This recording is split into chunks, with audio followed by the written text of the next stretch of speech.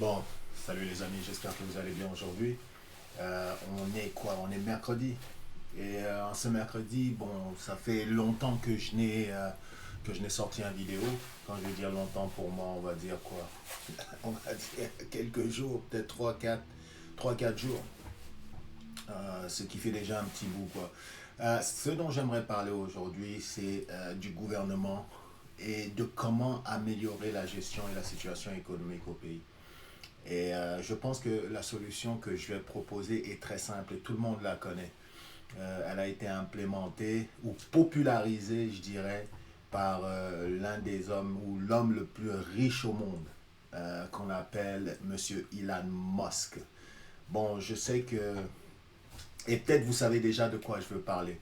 Donc, je sais on vient juste de ressortir d'une phase électorale qui a été très tumultueuse, très compliquée et tout. Mais je ne pense pas qu'on doit s'arrêter là. Bien qu'on ait des opinions différentes au point de vue de la gouvernance, une chose reste et indéniable, c'est qu'on est tous Camerounais et puis on aime tous notre pays. Peu importe qu'on aime ceux qui le gouvernent ou qu'on ne les aime pas. Il n'en demeure pas moins qu'on est Camerounais, qu'on aime notre pays et qu'on veut le meilleur pour ce pays-là. Ceci ayant été dit, on a un problème grave.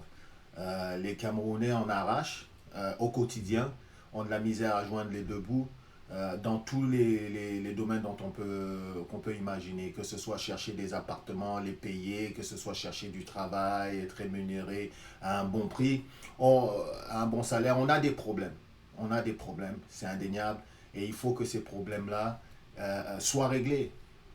Ou du moins qu'on aille dans une optique d'amélioration plutôt que dans une optique de destruction, ok, ou de dénigrement. Donc, trouver des solutions.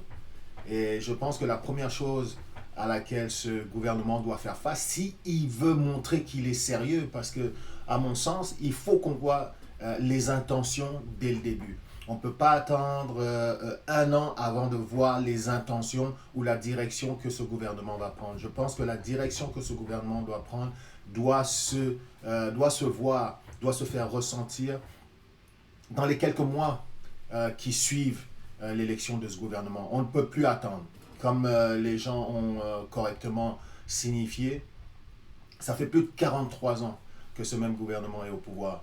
Si on peut accepter que, bon, durant ces 43 ans, on s'en est servi pour se créer sa propre identité, sortir de tous ces faux contrats post-coloniaux qui étaient toujours comme une épée de Damoclès au-dessus de notre tête, si on peut penser que bon, ceci est un peu derrière nous et que maintenant on est en train d'entrer dans une nouvelle étape, dans une nouvelle ère de l'économie et de l'identité du Cameroun, alors on doit commencer à voir les résultats, on doit commencer à voir les directions. D'accord? Maintenant, je disais tout à l'heure que la solution, à mon avis, est très simple. En fait, le Cameroun a besoin de ce que Elon Musk avait suggéré à implémenter aux États-Unis qui s'appelle DOGE. DOGE, c'est le Department of Government Efficiency. Donc un département qui gère et qui contrôle en fait et s'assure que tous les budgets qui ont été octroyés aux différents paliers de gouvernement, aux différents ministères, sont gérés avec efficacité et qu'il n'y a pas de qu'il n'y a pas de gaspillage par-ci ou par-là ou que quelqu'un ne s'en mette pas trop dans les poches par-ci ou par-là, par-ci ou par-là, plus par-là. Ok? C'est ça qu'il faut installer au pays. DOGE, Department of Government Efficiency. Bon, ouais, je sais qu'il y en a qui vont dire Doge, qu'est-ce que ça veut dire, patati, ça va être comme les autres, etc. C'est là où il va falloir être très efficace. Parce que, en fait, hein, on n'a pas forcément besoin que les ministres ne soient pas corrompus ou soient legit ou quoi. On a juste besoin qu'ils soient compétents. Quand je veux dire qu'ils soient compétents, c'est-à-dire que poussés dans leur retranchement, ils sont capables de faire leur travail parce qu'ils connaissent leur travail. Et l'organisme qui va être dont la tâche va être de les pousser dans leur dernier retranchement, ça va être ce fameux DOGE camerounais. Département d'optimisation de la gestion étatique. Je ne sais pas si vous avez déjà entendu comment ça fonctionnerait en fait. Parce que le plus important, c'est évidemment de choisir des gens qui connaissent leur boulot dans le contrôle budgétaire, etc.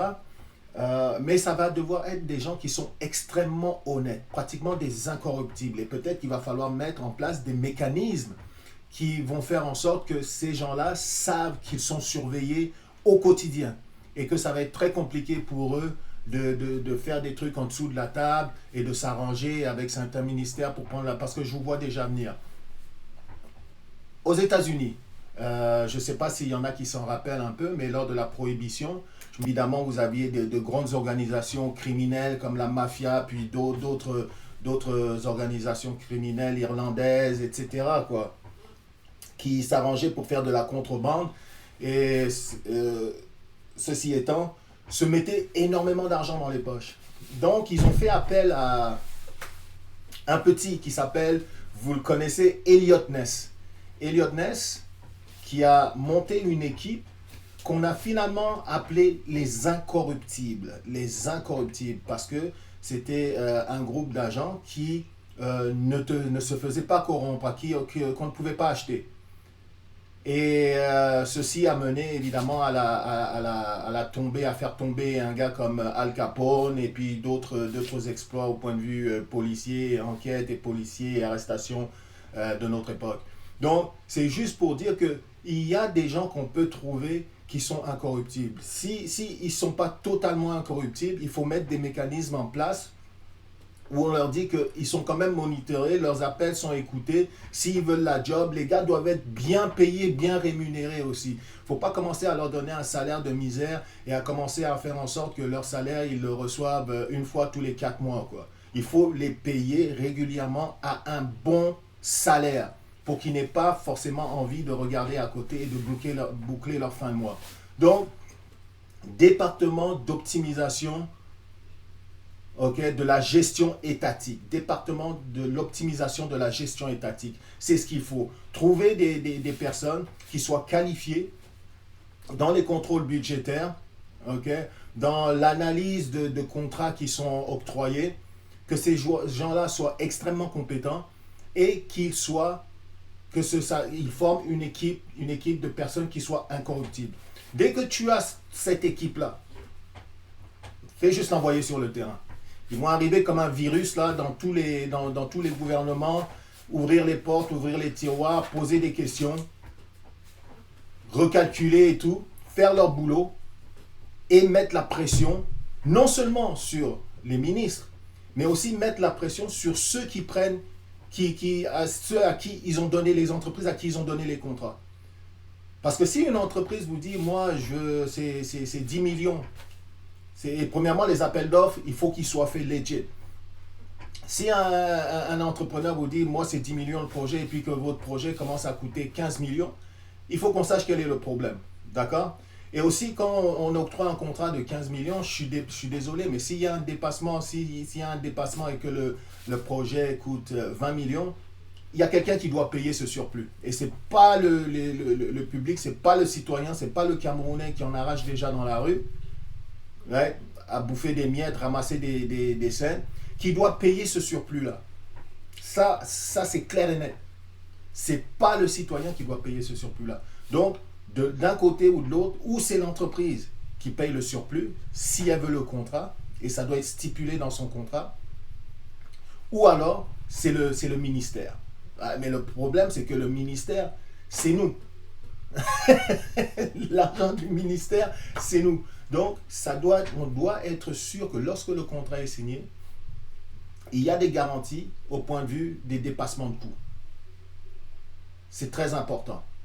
Et c'est parce qu'il y a des raisons pour lesquelles on a choisi cette entreprise-là et le coût du projet fait partie des éléments discriminants au point de vue de la sélection et de l'octroi de ces contrats. Donc, on est d'accord là-dessus. Voilà, c'est tout ce que j'avais à dire au point de vue, de solutionner ce problème gouvernemental, ce problème de corruption et ce problème d'efficacité. Il faut absolument qu'on implémente quelque chose comme Doge, qui aux États-Unis veut dire Department of Government Efficiency, qu'on l'implémente au Cameroun.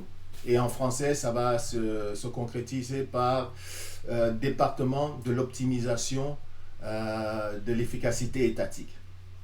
C'est pas ça. Et c'est comme ça que je vois ça. Je pense que c'est une chose qui est totalement possible de faire si on veut vraiment enrayer beaucoup de cette corruption et beaucoup de ces faux contrats qui sont octroyés et beaucoup de ces dépassements de coûts.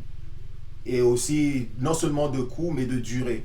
Quand tu dis, OK, on va faire ça en 1 an, là, le fais pas en 3 ans, en 4 ans, et puis finis-le. Parce qu'il y a des projets on se demande si dans quelle décennie ou dans quelle ère ils vont être finis, si ça va être en 30 450 qu'ils vont finir le projet. D'accord? Et c'est pas ce qu'on recherche. Donc, département de l'optimisation de la gestion étatique, c'est extrêmement important. Et je pense que ce sera un geste. C'est un geste qui doit être fait tout justement pour aider les Camerounais. Et pour aussi être sûr que notre argent ne tombe pas dans les cracks du plancher. Dans les cracks du plancher, parce que notre plancher, vous l'avouerez, est extrêmement craqué. Donc, regardez à peu près ce que, aux dernières nouvelles, en tout cas, je viens d'aller sur ce site-là, ce qu'ils disent qu'ils ont sauvé en fait. Ils ont sauvé plus de 214 billions de dollars. Je ne sais pas si vous imaginez, même au niveau américain, qui a une économie de plus de 350 millions de personnes, ce qui est énorme comme économie, 214 billions de dollars, il faut vous dire, c'est de l'argent. C'est de l'argent. Déjà, les gens se plaignent qu'on envoie de l'argent d'aide, disons, à Israël à 3 billions par année. Imaginez comment... Et ils disent que c'est beaucoup.